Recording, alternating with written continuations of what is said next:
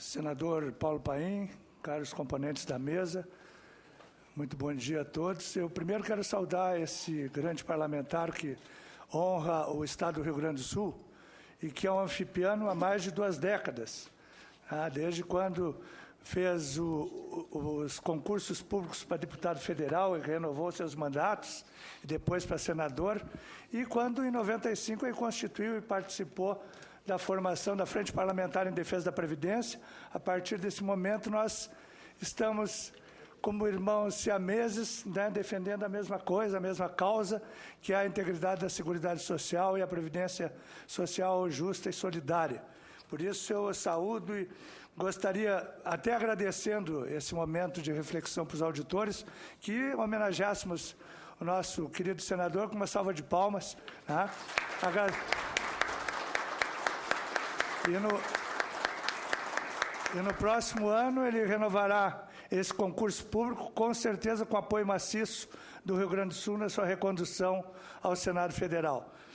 E começando nossa reflexão sobre o papel, em especial, do auditor fiscal, da Receita Federal, e cada um abrangerá a sua área. Aqui nós temos colegas do Fisco Municipal, do Fisco Estadual, outros colegas representantes também da categoria dos auditores fiscais da Receita.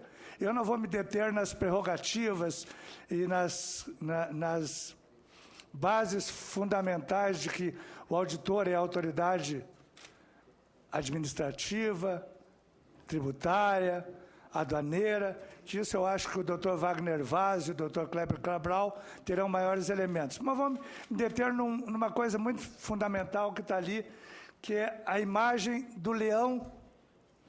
E eu peço, por obséquio, que passe um vídeo inicial, lá recuperando 1979, quando pela primeira vez a Receita Federal utilizou a imagem do leão numa série de sketches. Um dia você vai ter que enfrentar o imposto de renda.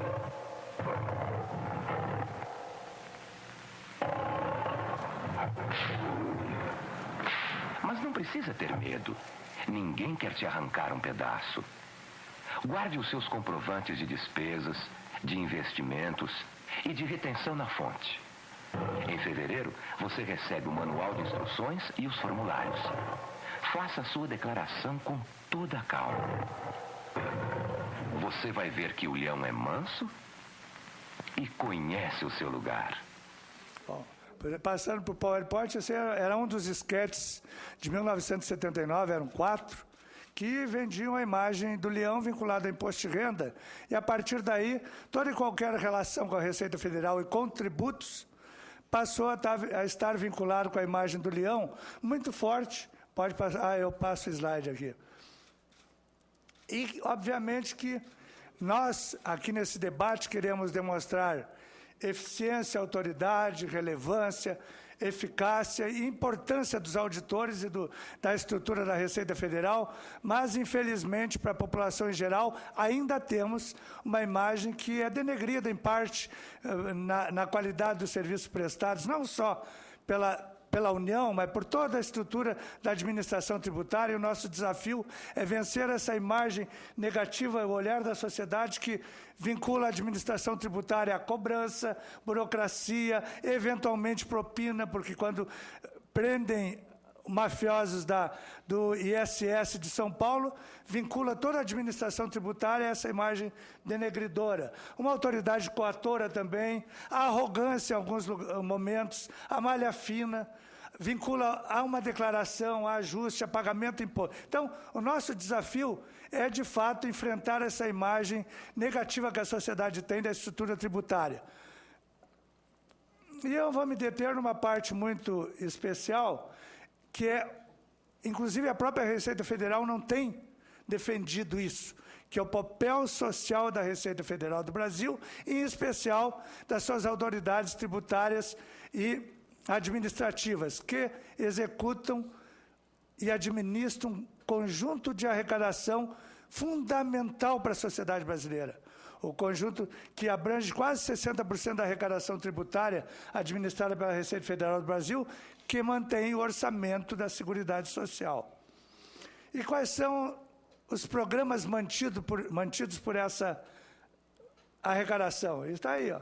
Se nós não trabalharmos, se a Receita não cobrar, e se os auditores não estiverem presentes junto com os demais servidores da Casa, não haverá pagamento para os 32 milhões de aposentados, pensionistas e outros beneficiários da Previdência Social, do regime mantido pelo INSS.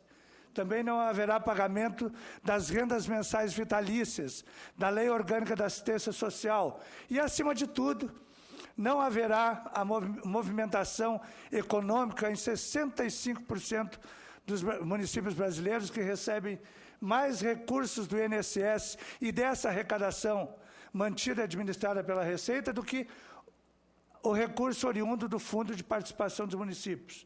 Também não haveria recursos se a Receita não for eficaz, se os auditores não tiverem um trabalho presente muito forte, não haverá recurso para o seguro-desemprego, não haverá recurso para os outros programas do Fundo de Amparo ao Trabalhador, como o abono anual, os rendimentos, bem como as ações do Sistema Único de Saúde, as ações da filantropia na área da saúde, da educação, os programas do Ministério do Desenvolvimento Social. Muito se fala nas 14 mil famílias que são mantidas pelo programa do Bolsa Família. Não haveria dinheiro se não houvesse o leão social, o papel social da Receita, o papel social do auditor, buscando os recursos para tanto, além de outras ações da Seguridade Social.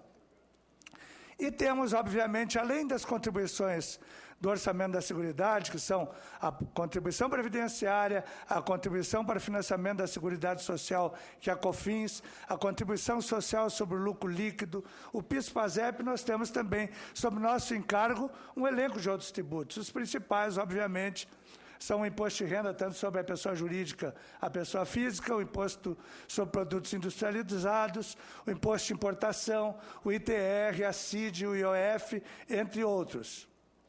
E aí está o elenco das receitas administradas pela Receita Federal do Brasil, do orçamento da Seguridade, que mantém todo aquele conjunto de programas sociais, de programas de transferência de renda. Podem ver que de 2011 a 2014, quase 60% da receita administrada pela Receita Federal do Brasil, por isso assume cada vez maior importância essa divulgação do trabalho e do papel social da administração tributária. 697 bilhões foram os recursos administrados e arrecadados em 2014, e num cotejo com 1 bilhão, quase 1 trilhão e 200 de total de recursos arrecadados em 2014. E, além de tudo, além da administração, controle e cobrança dos tributos administrados pela Receita Federal, também há um papel importante e relevante que muito poucos têm dado importância, que é a fiscalização e controle dos quase 500 fundos de pensão, as entidades de previdência privada fechada, que atendem hoje 2,5 milhões de participantes e tem um patrimônio de quase 250 bilhões de dólares. A esse grupo nós temos 112 auditores dedicados a esse trabalho e que, obviamente, tem sido relegado a um segundo plano, inclusive na própria estrutura da Receita Federal, ao haver uma briga, inclusive, para a cessão de trabalhadores para esse sistema administrado lá na Previc. Além disso, obviamente, num trabalho fundamental que preocupa 5,3 milhões de servidores públicos municipais e estaduais, nós também administramos, fiscalizamos e controlamos os regimes próprios existentes em 2.024 municípios e 27 unidades da federação. Para administrar tudo isso, que tem reservas, esse montante que tem reservas de 180 bilhões, só temos 56 auditores fiscais. É um contingente muito pouco expressivo, que também não tem sido prestigiado ao longo dos últimos anos. Com isso, senhores, queremos deixar muito claro que temos um papel importante e, acima de tudo, uma pauta relevante aqui nesse Congresso Nacional, que diz respeito à aprovação da PEC 102, a PEC 102, que é a PEC do Auditor Fiscal Federal, e que Com a sua votação, que hoje ainda se encontra na Comissão de Constituição e Justiça, nós teremos o reconhecimento do trabalho do auditor fiscal, que hoje, lamentavelmente, no cotejo com as administrações tributárias estaduais e municipais, encontra-se quase na 30ª colocação em termos de remuneração, num evidente desprestígio e um elemento desmotivador da sua atuação. Também temos pronta para votação no plenário da Câmara a PEC 186 de 2007, que dará uma nova configuração à administração tributária estadual, municipal, distrital e federal, em que se dará autonomia, se aprovada, tanto na gestão financeira, na gestão administrativa, quanto na própria autonomia em termos de conceder e definir prerrogativas, direitos, deveres e garantias para essas estruturas de administração tributária. E, acima de tudo, venho aqui também trazer uma outra demanda da Anfip, muito particular, que começa já a tramitar na Comissão Especial uma PEC que retira recursos dessa administração, desse orçamento da Seguridade Social, que é a PEC 87, 2015, que está pensada a PEC 4, também 2015, que pretende renovar e prorrogar a desvinculação das receitas da União. Um instrumento surgido em 94 como Fundo Social de Emergência, que desde então não se configurou como nem de social e nem de emergência, e hoje tunga 20% dos recursos da Seguridade Social, retirando recursos da saúde, retirando recursos da Previdência, retirando recursos da assistência social. E, acima de tudo, do seguro-desemprego do Bolsa Família. Só o ano passado, a DRU, a famigerada DRU, retirou 63 bilhões do orçamento da Seguridade Social. E nós estamos numa campanha para que não se amplie, que o governo está pretendendo ampliar os 20% para 30% e prorrogar o que vencerá em 31 de dezembro de 2015 para até 2023. Temos que combater essa PEC, ao mesmo tempo que temos que defender as que dão garantias e, acima de tudo, valorizam o auditor fiscal do Brasil. Muito obrigado a todos. Muito bem, esse foi o Wilson Antônio Romero, presidente da Anfip, que traz dados, números e essa última preocupação agora de querer aumentar de 20 para 30, Dru? Exatamente. Está lá na PEC 87 de 2015. Passamos a palavra agora à senhora Maria Aparecida Neto Lacerda Meloni, que é diretora de comunicação da Federação Brasileira das Associações de Fiscais de Tributos Estaduais, FEBRAFIT. Bom dia. Queria saudar o senador, presidente dessa comissão, senador Paulo Paim, e trazer aqui, como sou portadora de um abraço do nosso presidente Roberto Kupski, que também não conseguiu chegar hoje a tempo para essa audiência. E vou fazer aos colegas, também queria antes fazer um agradecimento em nome de todo o fisco estadual brasileiro por esse momento, né, e a importância de estarmos aqui discutindo o fortalecimento da instituição, da administração tributária e a valorização da carreira fiscal.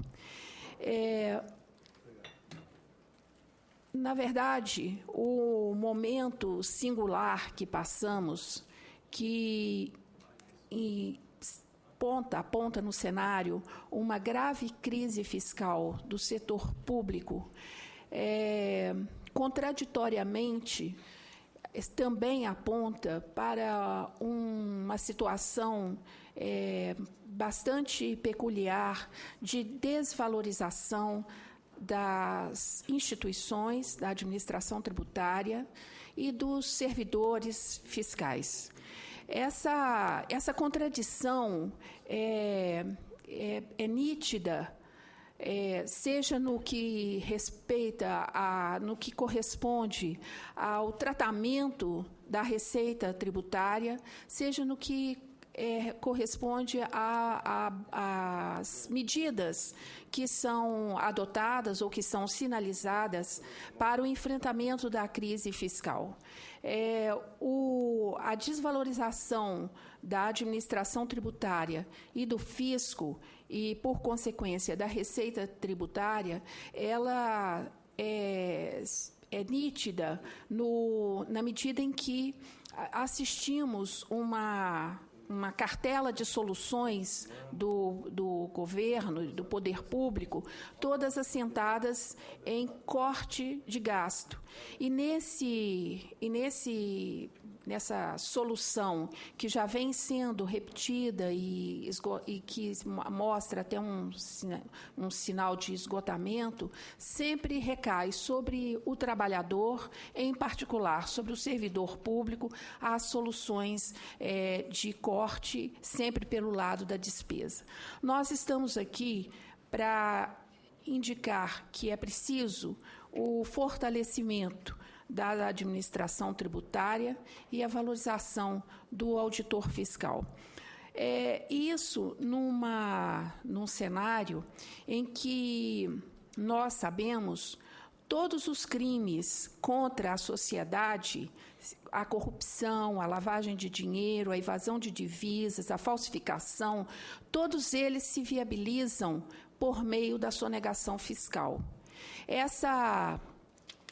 Esse quadro, ele é o pano, o crime de sonegação é o pano de fundo para todos os crimes contra a sociedade. Por isso, reivindicamos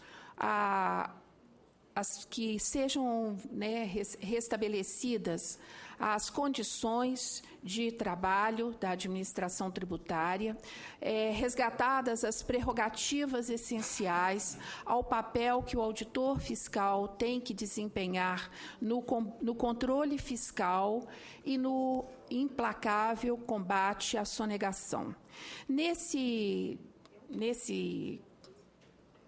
contexto, fica evidente a necessidade, a urgência da PEC 186, que obriga a União, os estados e os municípios a aplicarem nas suas respectivas circunscrição a lei orgânica da administração tributária. Nas 3 esferas de poder, nos 3 níveis de governo, os governos, o Poder Executivo deve encaminhar em 180 dias as suas propostas de lei orgânica. Essa PEC 186 está pronta para votação em plenário e nós precisamos construir uma condição de apoio político para o qual eu peço a ajuda, a interveniência do senador Paulo Paim, para que a gente agilize o encaminhamento desta PEC.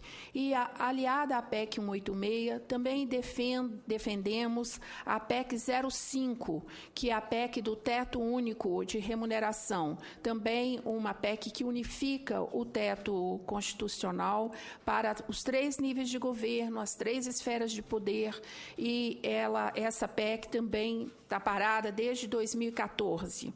A organização da vida em sociedade, desde os primórdios da história, ela sempre se pautou, ela esteve contemporânea da organização em sociedade a cobrança de tributo. E nessa dimensão é que a FEBRAFIT defende, senador, a educação fiscal.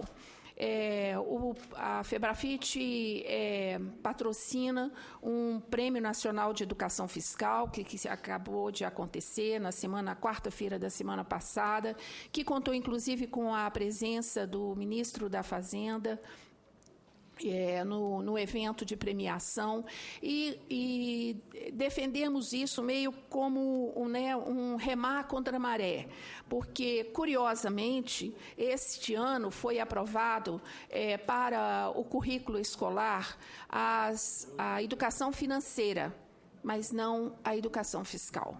Essa também é uma reivindicação que fazemos.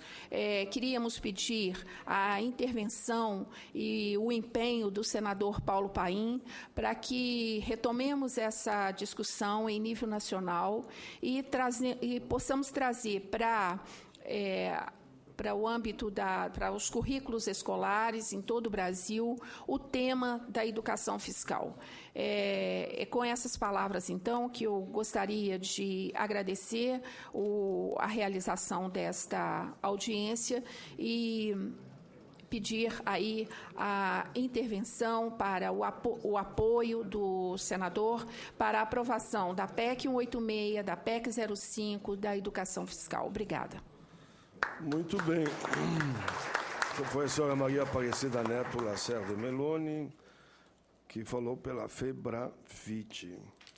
Enquanto ela falava, eu recebi um telefonema aqui, eu não gosto de telefone que as pessoas estão falando, mas era do Dr. Rachid, que estava justificando a sua não presença, enaltecendo a presença do coordenador de gestão, Dr. Francisco, mas que se colocou totalmente à disposição para dialogar, inclusive, o que tiver do alcance dele, depois do desdobramento dessa audiência pública. Então, faço essa justificativa do telefonema que recebi agora.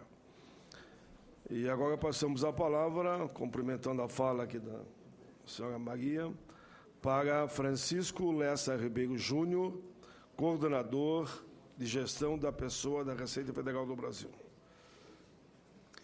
Bom dia, senhor presidente da CDH, senador Paulo Paim, senhor presidente da ANFIP, auditor fiscal da Receita Federal do Brasil, Wilson Romero, requerente em nome do qual cumprimento todos os dirigentes de entidades aqui presentes, senhores auditores fiscais e demais presentes nesta audiência.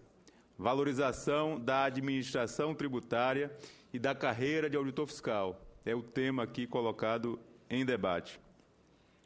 O poder de tributar decorre da soberania estatal plena e dela também o dever de todos os cidadãos de recolherem as suas obrigações tributárias. A atividade estatal não se autofinancia. As obras sociais, os serviços públicos, como de educação e saúde, por exemplo, não são autossustentáveis. O Estado precisa de fontes de custeio para suportar o funcionamento da máquina pública. Nesta linha, declara a Constituição Federal, desde a emenda número 42, na época a Secretaria da Receita Federal teve papel ativo nessa emenda, nesse texto, declara a essencialidade para o funcionamento do Estado brasileiro da administração tributária, exercida por servidores de carreira.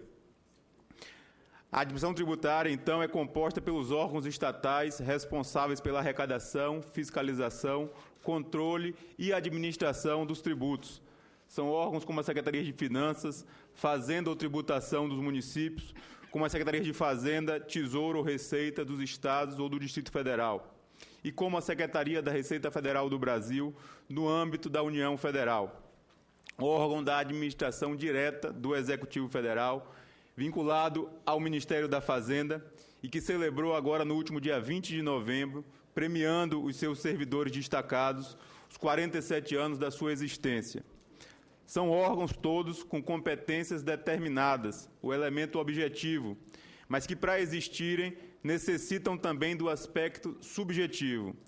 Como ensina Celso Ribeiro Bastos, o órgão não pode existir fundado tão somente na afetação que se lhe faça de competências. É preciso que esses órgãos se invistam de determinadas pessoas que possam expressar essas competências.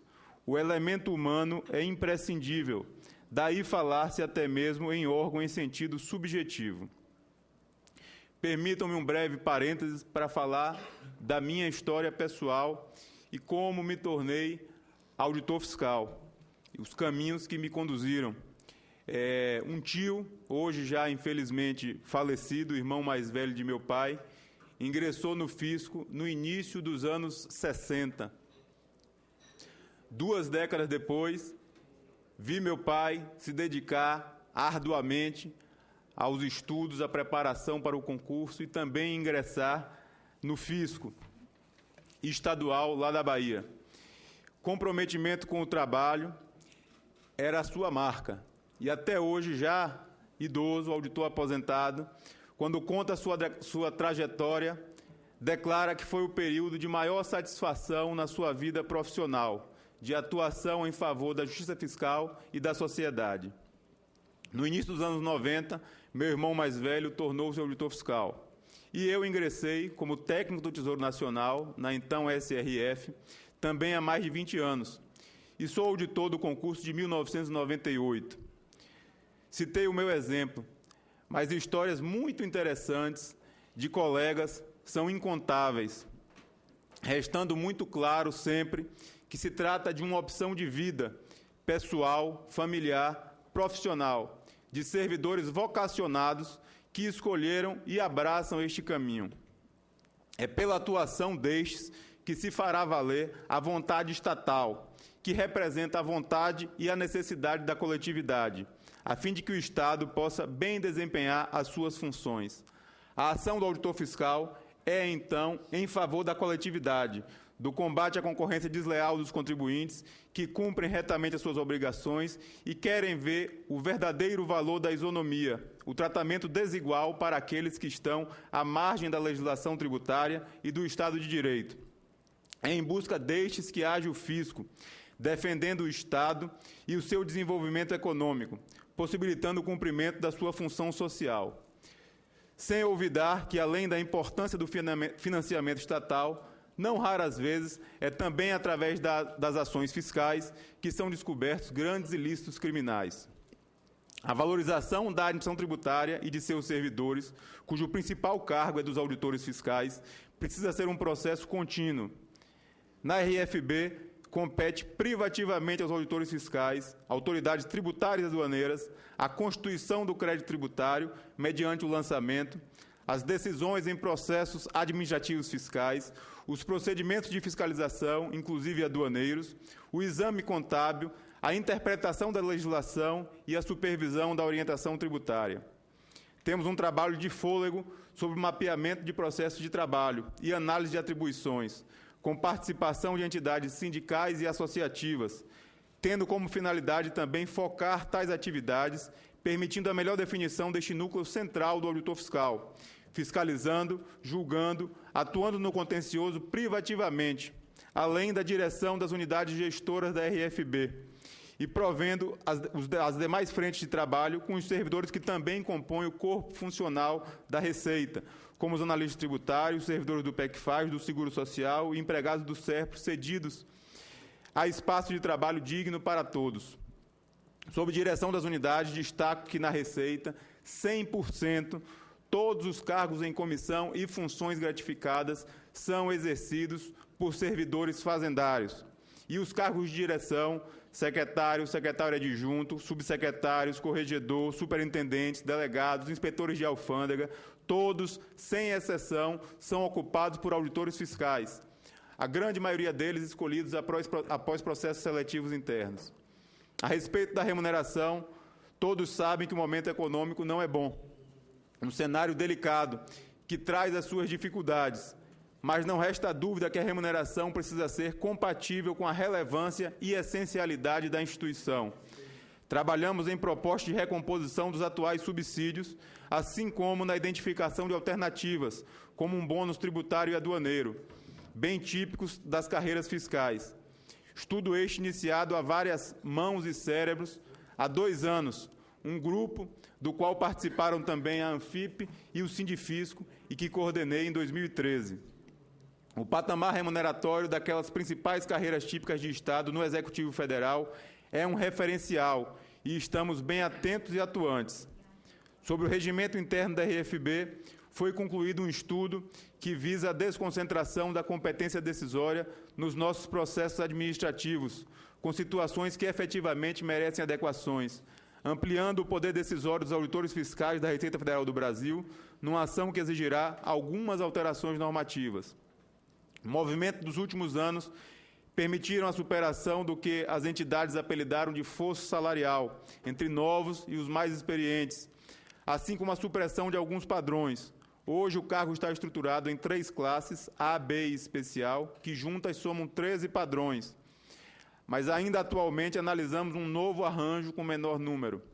O regime remuneratório do subsídio, sobre o qual muito debatemos, pelo que eu me lembro, uma década ali, entre 98 e 2008, discutimos esse assunto, foi implantado no segundo semestre de 2008.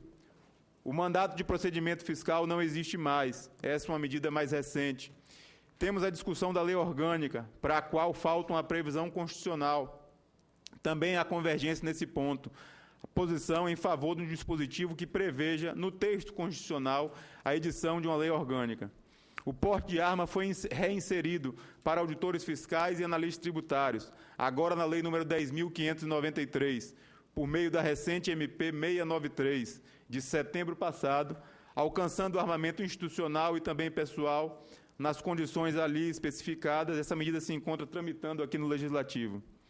Concluímos em julho passado a nomeação de todos os aprovados no concurso de auditor fiscal da RFB, independentemente das vagas originalmente previstas no edital e que já havíamos provido em 2014, todos os que ainda estavam no rol de aprovados foram nomeados agora há 3 ou 4 meses, num momento econômico já complicado, mas que mostra e demonstra a importância do órgão e dos auditores fiscais na superação da atual crise. O restabelecimento do curso de formação como etapa do concurso público, que além de fazer parte da história da instituição, faz parte da história pessoal de cada um de nós. É um requisito muito importante. As nossas atribuições não estão plenamente contempladas em nenhum curso de graduação, sendo necessário, então, a formação por uma escola de governo. No caso da Receita Federal, a Escola de Administração Fazendária, ESAF.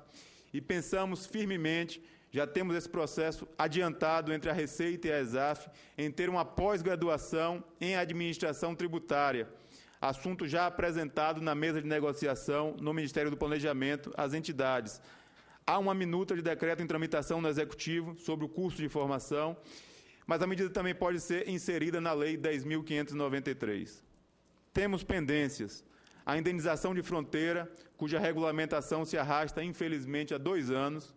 A Receita Federal encaminhou sua proposta em dezembro de 2013, mas é algo que envolve vários órgãos e ministérios e ainda continua carecendo da edição do decreto presidencial. A campanha salarial também aguarda a solução, mas as entidades sabem que a Receita tem participado das negociações, tem assento na mesa. A piora no cenário econômico no trimestre passado postergou os efeitos para o funcionalismo de janeiro para agosto do próximo ano, o que acabou retardando o desfecho dos acordos.